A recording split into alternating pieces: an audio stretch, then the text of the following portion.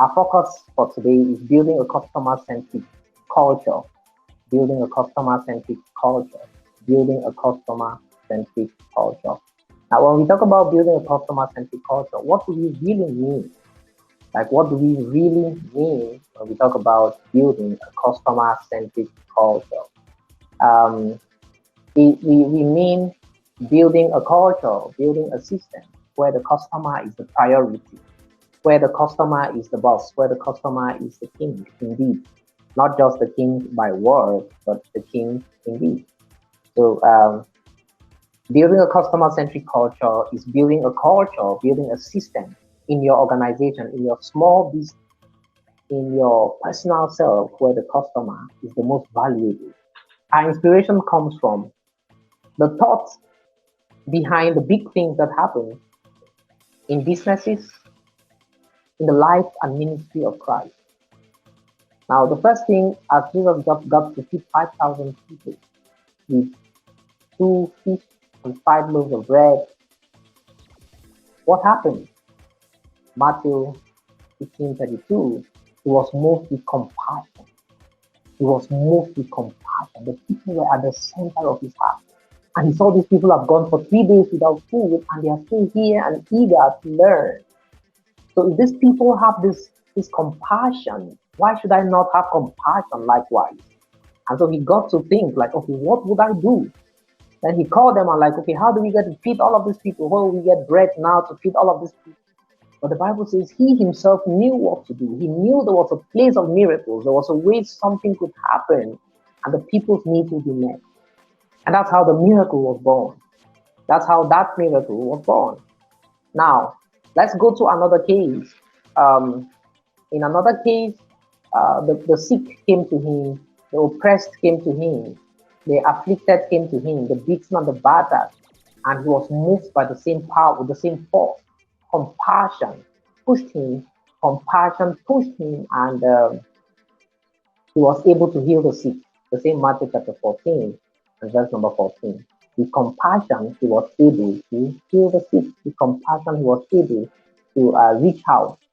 So compassion is the force. Compassion is that force that puts the customer's needs in front, that puts the concerns of the customers in front. Compassion, that you put the customer's issues in front. Yeah, because compassion is that thing that makes you see the customer as the more valuable thing, the more valuable, let's call it variable than your own self. So Jesus will not care about himself, but moved with compassion, he was able to reach out and see miracles got to happen.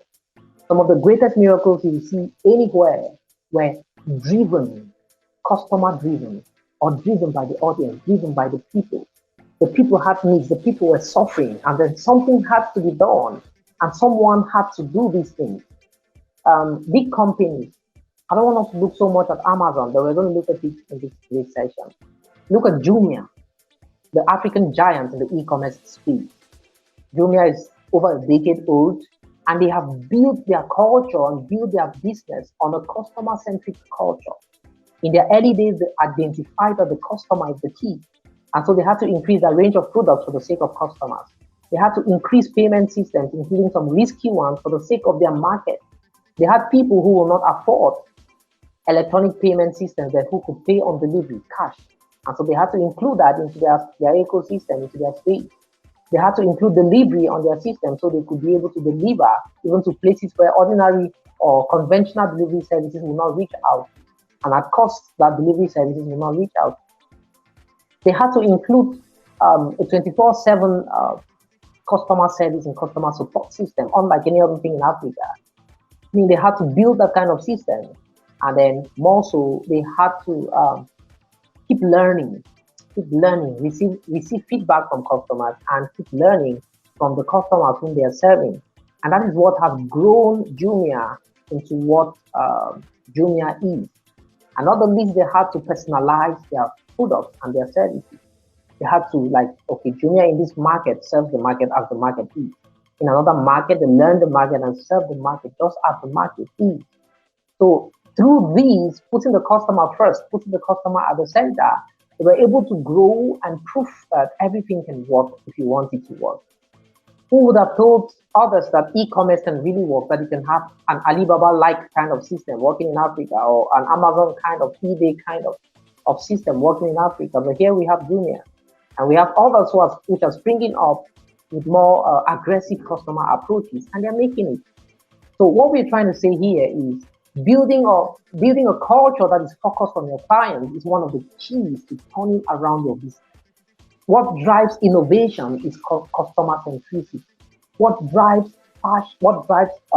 miracles like strange things is customer centricity. When you focus on the customers, you will always want to meet their needs with every strength that you have. This is the power behind innovation. It is the driving force behind innovation. So what actually is customer centricity? Let's try to look at it in more clear terms. When we talk about customer centricity or being customer centered, I would say that it is the force. It is like a powerful force that I don't want to call it a silent force, yeah, but it operates in the background. So it's a back end force that makes logic to look like it has no power. Because you want to think, why should we focus on the customers when we have our profits to look at, when we have this and this and this to look at? But we have this silent force that silences even the logic. We have this force that attracts supernatural energy. We have this force that stretches everyone that occupies the force beyond that person's limit. And the force keeps pushing you until you satisfy what the force wants you to achieve. This force is called customer centricity, or passion to meet the needs of your customers, passion to meet the needs of your clients, passion to meet the needs of your customers. That is customer centricity. Now, it is about focusing on creating a customer experience that is exciting, a customer experience that is memorable at every point, and that has your brand tacked on it. So you want to create an experience for every of your clients that is memorable at every point and that has your brand tacked on it. Whether you like my smile or not, there is no way you forget my smile. There's no way you forget that seeing me is seeing a smile. There is no way you will forget that looking at this face or hearing this voice is hearing hope, is hearing the cry of excellence, hearing the cry towards perfection. You can't get mistaken with that.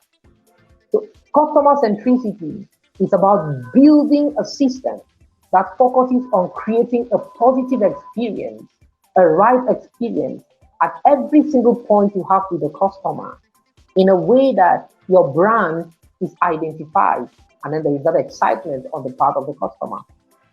A lot of things are involved in the journey. You got to really understand what the customer needs, or what your customers need. You have to understand their preferences. What do they prefer and what do they prefer it over? What are their behaviors? How do they react to different scenarios, different occurrences, different products, different situations?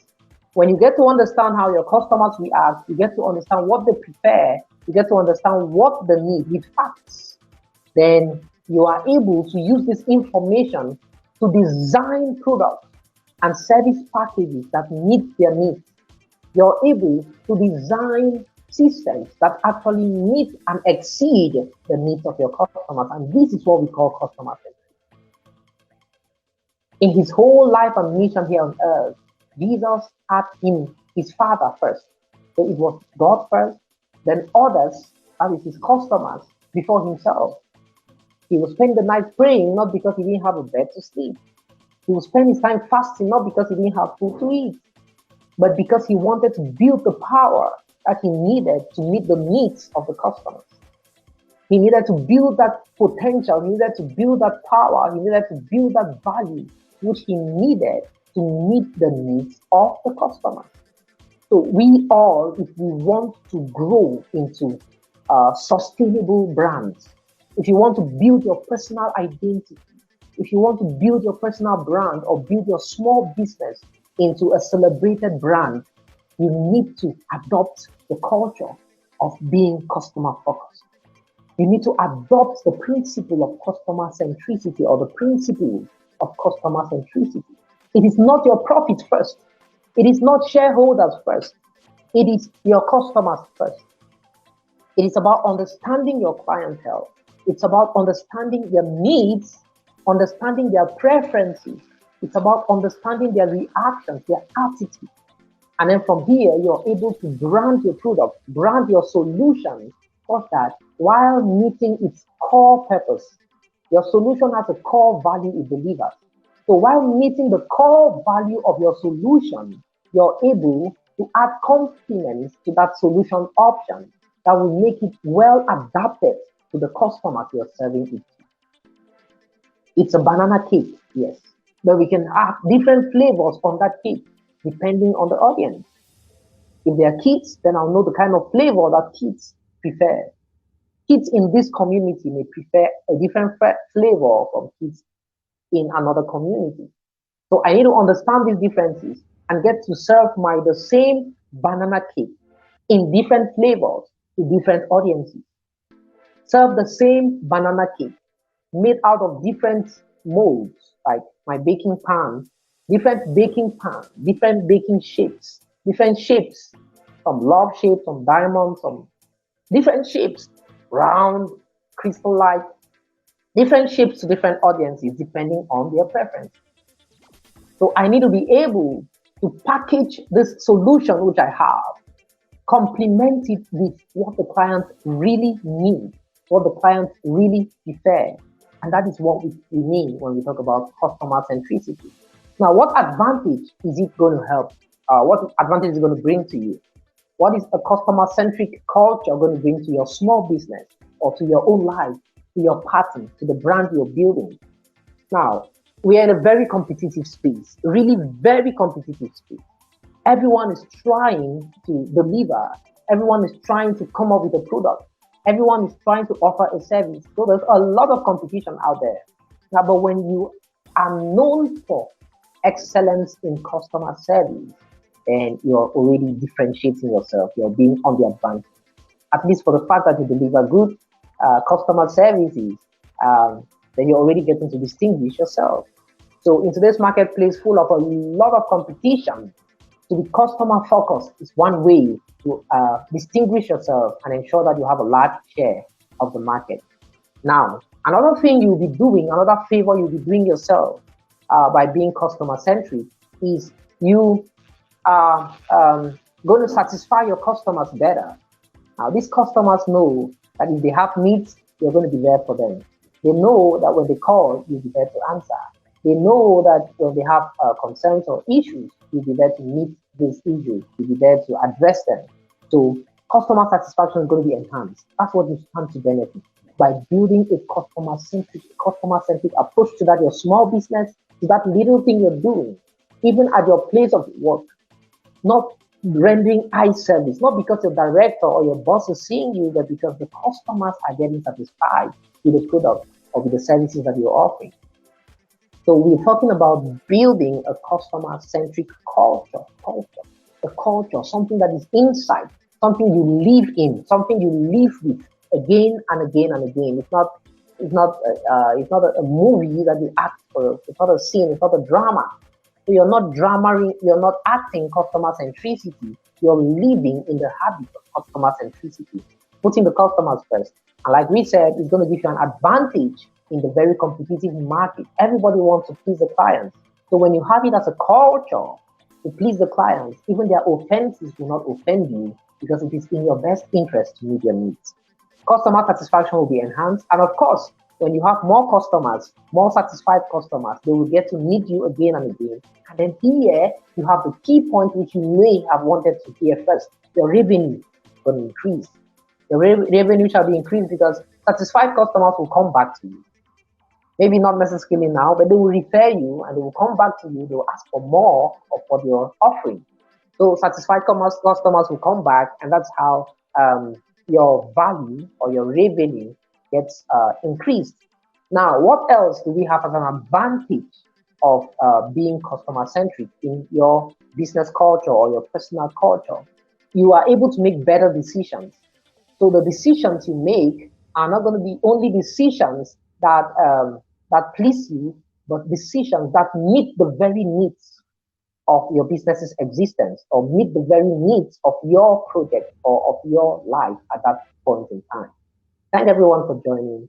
Thanks for sharing. Thanks for staying on. Keep staying on. Stay on. We still have a lot to share. Now, why else should you build a customer-centric culture for your business? It could be a small business. It could just be a career. You may be looking at it as a very small thing to do, but I tell you, if you can grasp this key and run with it, your business, your small business will be turned into a big business. And that's what the Bible says, that don't despise the days of little beginnings. That small career, you look like a non-entity, like a nobody today. But these principles are what will help you turn out the nothingness into greatness. This is what will help you transform yourself from a dwarf into a giant, from a non-entity into a celebrity. So you're able to make better decisions when you're customer-centric in your approach. Also, you're able to build a stronger brand reputation. It could be a personal brand, it could be, so you build a stronger brand reputation, and your brand a lot of times sells even better than your product.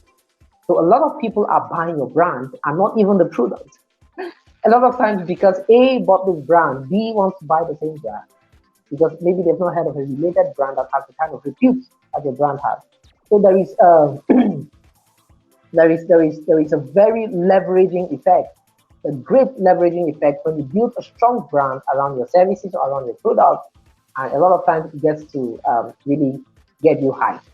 It gets you more loyal clients, it gets you more clients, more followers, and a whole lot more that you cannot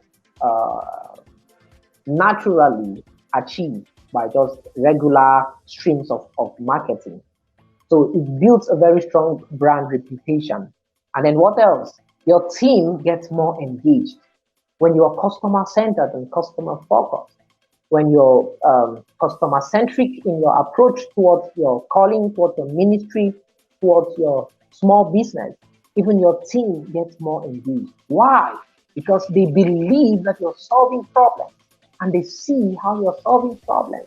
They themselves get the joy when people shout out, when people get to like what you're doing, when people get to like your product and are celebrating and like saying and sharing how, oh my God, this is how this product helped me out. I was in pain, I was in this need, I had this problem, I had this issue, this situation. And when I applied your principles or when I used your product, this is what came out of me. This is what became of me. And I'm happy about it. See, even your team members, when they hear this kind of stories, they feel happy. They feel elated. They're like, see, I had this party, very important party, and I could not but wear your clothes. I could not but wear these clothes from your fashion house. I could not but wear this shoe from your fashion house. You see, in this way, when your clients get to see that, hey, your team, gets to see that your clients' needs are met and they get to talk about it, they are also happy. They are more engaged. They are more committed. Even in stressful times, even in distressed moments, you still see them stick with you and stick around because the drive is there to meet the needs of the people. So very important, let us learn to build a customer-centric approach. In a little business, it could be a shop you're trying to run. It could be a career you're building. In building a career, don't put the money in front. You're calculating the millions you're going to earn. But I want to advise you, calculate the lives you're going to change. You're calculating how you're going to establish build a big house, get a big car, get all the fanciful things and all of these wonderful, awesome things. Yes, they are awesome. They are wonderful. But I want to tell you, the more important thing is to focus on is not you. After focusing on your creator, the next important thing to focus on is others, your clients, the customers you're going to be serving, the needs you're going to be meeting. This is what drives, this is what motivates new things. This is what motivates innovation.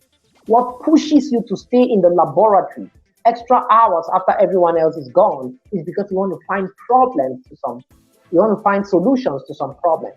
You want to sort out some problems. You want to clear some problems off the way. And so you're going to stay there. You're going to stick there. Others are gone, but you stay there because you want to carry on. You want to research solutions. And then before you know it, new ideas, strange ideas that are able to meet those needs, that are able to solve problems. So it's very important for us to adopt this culture. Christ himself, our teacher, our master, adopted this culture and lived by it. Now, very quickly, how do we build a customer-centric culture? How do we build a customer-centric culture? Just a few points, and then we are off for this session, and we look forward to the next session, same time next week, a more awesome session, a great session.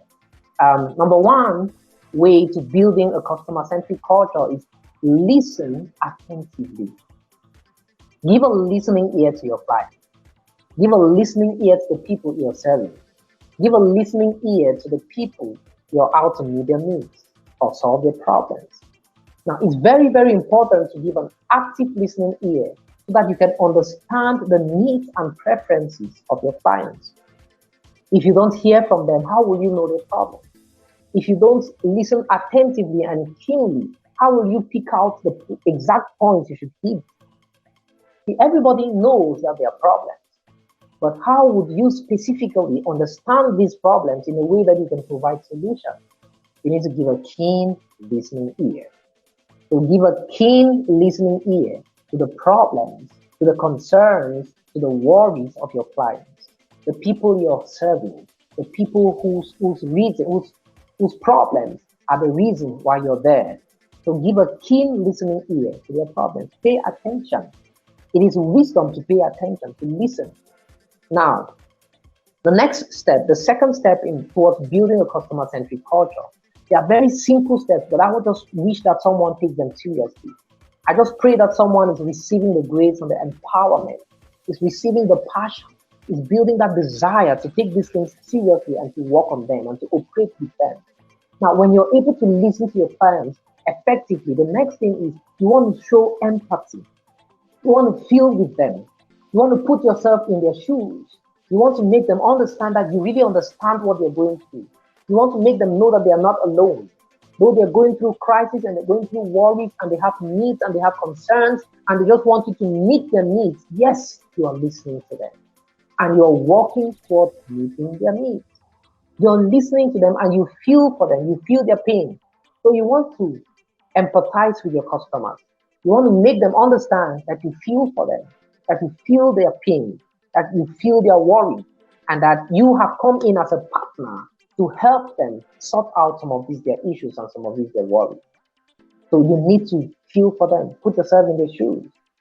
Their pain should be your pain, their joy should be your joy. Like, drive through the moments with them, the good moments, the bad moments. Drive through the moments with them, but stand out. I mean, don't be caught up by the moment. Just flow with the moment and then stand out with your solution, which helps them out of the moment, out of the bad moment. Your solution will help them out of the bad moment, but you must be there to empathize with the client. Now, the next thing you want to do, after listening attentively, after getting to feel for your clients, like putting yourself in their shoes, the next thing you want to do is to communicate effectively. Communicate effectively. Now, you will not just go ahead and start criticizing every other person in your space, because that's a bad signal, that's a bad message. You want to communicate. You want to communicate with your clients. Why? Because you are building a bond. You're trying to build a bond with them. So what do you want to tell them? If I were you, I would tell them, oh, I'm really sorry, I feel for you, I feel for this. But now I'm also going to appreciate the works of every other person who has been attempting to solve their problem. You tell them, okay, fine, see, Nike worked really hard towards getting it just the way you like it. But when it comes to this and this kind of product, maybe Puma or Adidas does better. And then maybe you are a sporter. Maybe your own brand is sporter. I'm not prophesying a sporter brand. I'm just saying. So maybe your own brand is sporter. And someone is complaining the worries he had or she had with Nike or with Adidas or with Puma. And then you're saying, okay, you're communicating. You want to build a relation. And you're telling them, see, these brands you've had are good. They have tried. I mean, they're working really hard. But I want to tell you, there is something which has worked harder, which is working harder. Okay, this is my sporter brand. I'm working with you and I'm telling you I'm going to do something customary. I'm going to do something, sorry, branded, customized, adapted to this very need that you have mentioned. So you want to communicate to them effectively. You want to respond to their worries. You want to tell them, okay, see, you're working on this. And as they have told you, maybe you want to do a phone call immediately and tell your associates, okay, fine, see, this is a concern. Client A and B or A, B, C is talking about this thing. So immediately as I'm returning to the office, this is what we are starting to work on in the next sprint. Or put it as a point of priority on the next sprint, or assign this and this person to start doing a map, to map out a plan of action. So you want to communicate with the rest of your team also to really get your clients understand that you're working on this. You may want to share this information with your clients so they understand that, hey, you caught your ears captured and your heart captured their worries, and you're working out something that's going to help them out of that. The next thing you want to do, the fourth thing you want to do in building a customer-centric culture is that you want to anticipate the customer needs.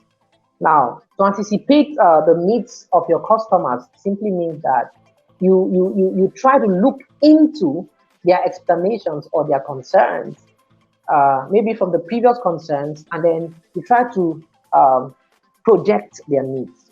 So you try to forecast their needs and then get to talk it out with them. So you are forecasting their needs, or you're predicting their needs, you're anticipating their needs. Okay, if at this time, this set of clients at this place needed these, then probably at this other time, they will need these, or at this other time, they will need that. In this way, you get more attachment with your clients because they're like, hey, these guys are able to think within my issues. They're able to think my needs. They're able to think our needs. They're able to think into our space. So it's very, very important to think into the space of your clients, anticipate their needs, and that will help you build a stronger relation. Remember, you're building relationship. You're trying to create a rapport between you and your customers. You want them to know that you're there. You want them to know that you're building this solution for them, so that by the time your solution is out, they won't mock it. They won't go for other solutions because they understand that you took your time and pains and committed your team to build this solution for them. And you know what? One trick about this is sometimes even when it doesn't really get to work, because of the joy the clients have or the understanding the clients have that you built this for them, they just derive some joy out of that product. They will not derive from even other products that may be performing a little bit better. And the one that they knew that, hey, this product was built for us, and they were carried along the process. So sometimes you want to forecast, you want to anticipate your customers' needs. Now, very important, the next point towards building a customer-centric culture is you want to personalize, you want to really, really personalize the experience. So what you want to do is you want to make the customers understand, you want to make your clients understand that you're talking with them, you're relating with them as individuals, you're relating with them as individuals, and you're not talking to a group, not talking to you people, not talking to you people there and say, okay, all of you are going to solve. You're talking to individuals. You're talking to Mr. A. See, I understand your needs. So you want to personalize the experience. You want your clients to understand that what you're building is a unique solution, which is made for his problem. It's a unique solution, which is intended to solve our problems. And you want to make him to understand that you can tweak this solution. You can get to tweak this solution in ways that would meet his or her needs a little bit better. So what you want to do is you want to personalize the experience. So you want to give a personalized experience to your customers. It's very, very important. So your interactions should make them understand that you're all there for them. And then how else do we get to build a customer-centric culture? You want to continuously improve on what you've been doing. So continuous improvement. You want to continuously improve. You want to look at how can I do it better? How can I do it more effectively? How can I do it cheaper? How can I make this man and this woman and these kids happier? How can I do this, or how can we do this in a better way? So as you continue to receive feedback from your clients, you want to keep improving on the product. You want to keep improving on the thing you're doing. So continuous improvement is a very, very, very important way of building a customer-centric culture. Now, your customers know that before the next version of iPhone is released, iPhone loyalists are anticipating, they're waiting because they know that it comes with improvements. I think of all recent time, the second most customer-centric company on the globe today is Apple. Apple has a very strong customer-centric approach and culture, which they have used over the years. You see, the clients, they have bought off the next release. 10,000 pieces shipped to this city. Before it arrives, it's all bought out. Why? There has been great anticipation because the customers understand that this company has always been working. When we give our feedback, they don't sleep on it. They get to improve the product based on the feedback we gave. And so I'm expecting to see a lot of changes, a lot of improvements on this next release. So why should I not have it first? And that's how Apple got to keep up, and they still keep up selling. And new companies have bought into that trend, especially Samsung and some others have bought into that trend, and they are also getting to have a very strong customer-centric culture and make the clients understand that they continuously improve their products and service. Because I'm building a customer-centric approach also, I always want to improve on the way I serve you. I also want to improve on the way I deliver to you so that your understanding is enhanced. I always want to break it down better so that you understand it better. I always want to empower it a little bit more every time so that it drives deeper and so that it gets to deliver the purpose for which it was intended. So in building a customer-centric culture, again, listen attentively to your clients. Be empathic. Empathize with them. Make them see that you fit into their shoes and you can reason and feel their pain. You also want to be able to communicate effectively and make them understand that, okay, you're here to sell, you're here to serve, you're here as a solution provider. Right now, you may not seem like it, but you've heard their concerns. So you want to talk to them in a way that you retain the relationship with them, you retain the communication, you keep things going. Also, you want to anticipate their needs. So you will not only wait for them to tell you, hey, this is my problem, this is my problem. When you hear their reactions, when you hear their comments, when you get their feedback on one product or the other, you should be able to anticipate the next feedback and already get to work on solutions to meeting that need or solving that problem. You don't necessarily need them to open their mouth and say, hey, this is the problem. You can anticipate their needs, anticipate their problems, anticipate their expectations, and get to work on them even before they open their mouth to voice it out. Next, you want to do is to personalize the experience. So you want the customer to understand that you're working personally with them. You're not doing a group service, you're not doing a general something, but you're personalizing it. Just like I'm talking to you now as a person, as an individual. You see, that idea, you can, with a customer-centric approach, you can make it a big thing. You can make it a great thing. You see, most of our ideas get to die or get to achieve at local levels, not because they're not great ideas, but because we've not fashioned them properly. Any little idea that you have today, I'll tell you, if you can properly package it and you can properly coin it, it's going to turn out into something big. I can tell you this.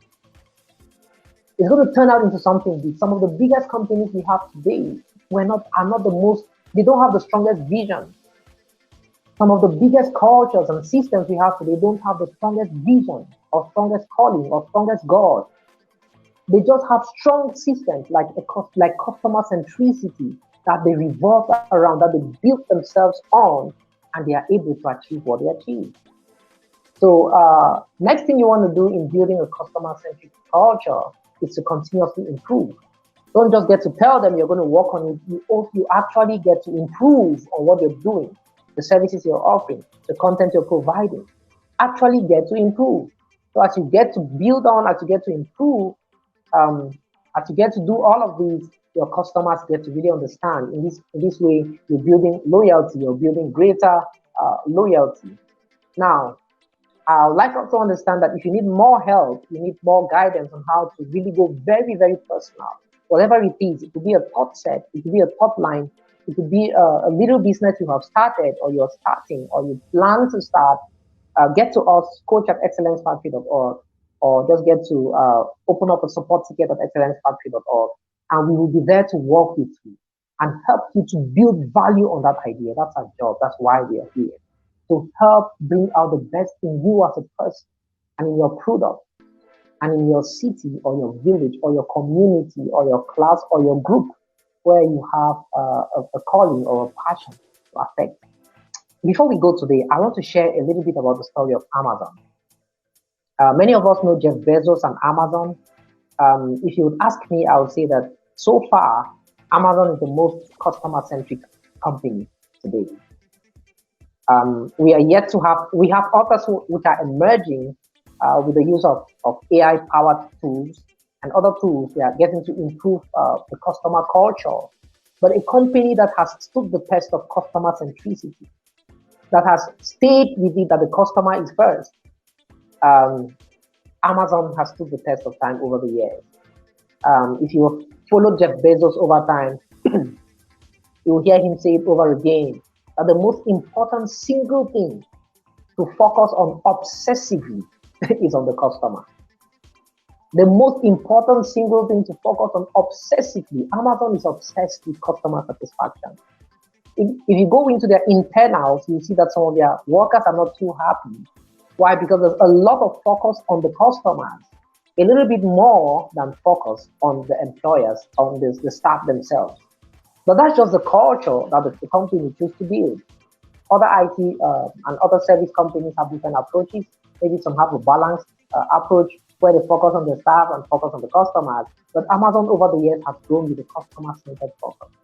In their early years, they discovered that customer satisfaction is key, is paramount to building a great and a thriving business. And so they had to prioritize it. Now, how do they prioritize it? Some of the points we have named approach. This is how Amazon applied reads, personalization. So Amazon personalizes their products right from their site, Amazon.com. If you're doing Amazon from Arizona or Amazon from Delaware or Amazon from Johannesburg or Amazon from Accra or Amazon from Yaoundé or Amazon from Lagos, wherever you're trying to access Amazon from, they try to personalize the customer experience, just like Google is doing on their front end homepage. You see Google on Mother's Day, they personalize. On Women's Day, they personalize it. On your elections day, on your national day, whatever country you are, you see an interface that reflects your culture. So Amazon discovered this early enough, and they were able to give clients services based on their preferences, based on their needs, based on their taste, based on their appetite. Also, Amazon decided that in this space, what do the customers really need? Based on a lot of complaints customers had on the approaches of eBay, the approaches of other space players, Amazon decided that they're going to do it faster. So Amazon had to work on doing fast and reliable deliveries. They had to improve on their logistics, got a whole lot more trucks. Amazon pioneered the research of the auto delivery robots. Robots, they are still robots. So those drones are robots. So drones that do delivery services. Amazon invested a lot in the research in this research because they wanted faster deliveries. They wanted more reliable deliveries. And so they had to work a lot on their logistics and invest a lot into logistics to enhance it. Now, Amazon has a lot of staff working on their customer reviews. So they heavily look at the customers' reviews, what customers are saying, customer feedback. And they get to study this, they get to understand how purchase decisions are made, of the influencing factors, and they plow it back into the system to improve on the system, to improve on the product, to improve on their policies, to improve on their technology, to improve on the front end, to improve on the back end, to improve on the internals of the business. So Amazon listens and still listens. It's true they have their shortcomings because of their size, But a company of that size still doing what they are doing, I must tell you, is because they have a passion to deliver excellence to their customers. Like Jesus had a passion to heal every oppressed person, Matthew 14:14. Like he could not stand seeing people listening to him for 3 days and not hungry, and then he released them to go. That's wickedness, according to him. Like, these people will die on the road. You want to know what made Jesus to turn water into wine? The people were for a party. They had, and Jesus was like, oh, these people have come to celebrate, and I'm here and wine is finished. They will start mocking and groaning and grinding. And the solution provider is right here. You are that solution provider. You are that solution provider, and you have to ensure that you come out with solutions, create solutions, even where there seems to be no solution, no way. Create solutions. You are that person to be customer-centered and provide solutions that will meet the needs of customers. And then another thing that Amazon does extensively and intensively is innovation. Innovation. Amazon innovates a lot. I'll just give you one case of innovation. I know many of us know AWS, Amazon Web Services, and you're like, Jeff Bezos is a genius. Jeff Bezos he's not the idea, he's not the brain behind Amazon Web Services. It is one of his staff. One of the times they went, I think it was his CTO at that time. They went for lunch in Jeff Bezos' house. And in the course of that, like, the culture is they have to discuss issues. And in the course of discussing and bringing suggestions, the suggestion of commercializing the web services they are already using intensively and gigantically was brought forth. And before you know it, I think that was sometime around 2002, 2003, they started working on it and building out of it. And before you know it, you have Amazon Web Service. Before you know it, that is the biggest cloud service provider today, added to the Amazon family of products. So, and then Amazon was Amazon before adding Amazon Prime, before adding Kindle, and a whole lot of products which are added to the Amazon family of products. That is innovation. That is getting to provide solutions that meet the needs of the clients. So Amazon's customer-centric approach has paid a lot over the years. It is a culture. I am encouraging you. I'm insisting. If there was a way I could sign it, like if I had the final signature, I would say, hey, adopt a customer-centric approach now. If I have my way, I would push it into your system. I will force it into you. See, it is not about you and yourself. It's about the people. It's not about your company and the profit. It's about the people. If I had my way, if I'm having it now, then okay, so be it. Adopt a customer-centric culture now. For yourself as a brand, to sell yourself, focus on your clients. For your company, your small business you're trying to build up, to grow and make it big, focus on the client. Thank you very much for your kind attention. Thank you for staying here. Thank you for following. Thank you for listening. There are a whole lot of things on customer relationship management. If you want to learn more, we can school you through customer relationship management, and a whole lot of stuff that will help you build a proper customer-centric approach in detail and also very adapted to your specific needs. All of these are available from your great team at Excellence Factory. That's our job. That's why we are here, to serve you and to meet your needs, bring out the best in you. Why not? You want to do this for us? We will really, really appreciate it. What do you want to do? Like us on Facebook, follow us on Twitter, all of the social media handles where we are. We are on Facebook, we are on Twitter. You want to follow us on YouTube also. You want to go ahead and do that. We have a Telegram channel. So we have those handles. You want to like and follow us so that you don't miss out on any of our important updates. Why not go ahead and do that? And we really appreciate it. Once again, thank you. God bless you. You have questions, you may want to push them now in the chat. You have concerns, you may want to send them directly. If you don't want to send them now, you can go right on and send them to us by email at coach@excellencefactory.org. Thank you. Stay blessed, and see you again next session. Very loaded, very powerful session.